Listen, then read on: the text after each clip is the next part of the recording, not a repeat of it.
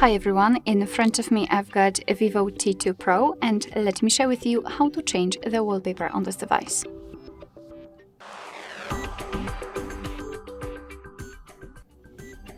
So let's start with opening the settings, and here we have to scroll in order to find the lock screen and wallpaper. Now let's enter the wallpaper section and of course give all the permissions if you're opening it for the very first time. Here we've got three different sections from which we can choose the wallpaper.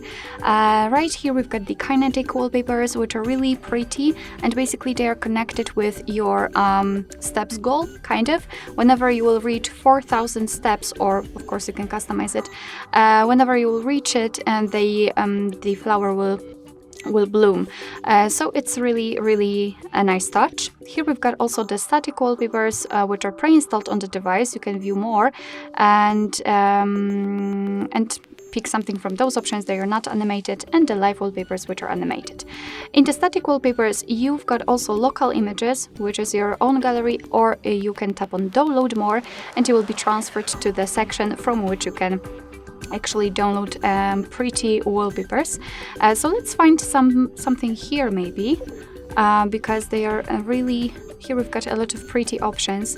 So let me find something, maybe this one. Of course, be aware that you need the internet connection to be actually able to search through those wallpapers. All right, maybe let's choose this cut. So let's tap on it, tap on OK, and basically we've got the preview.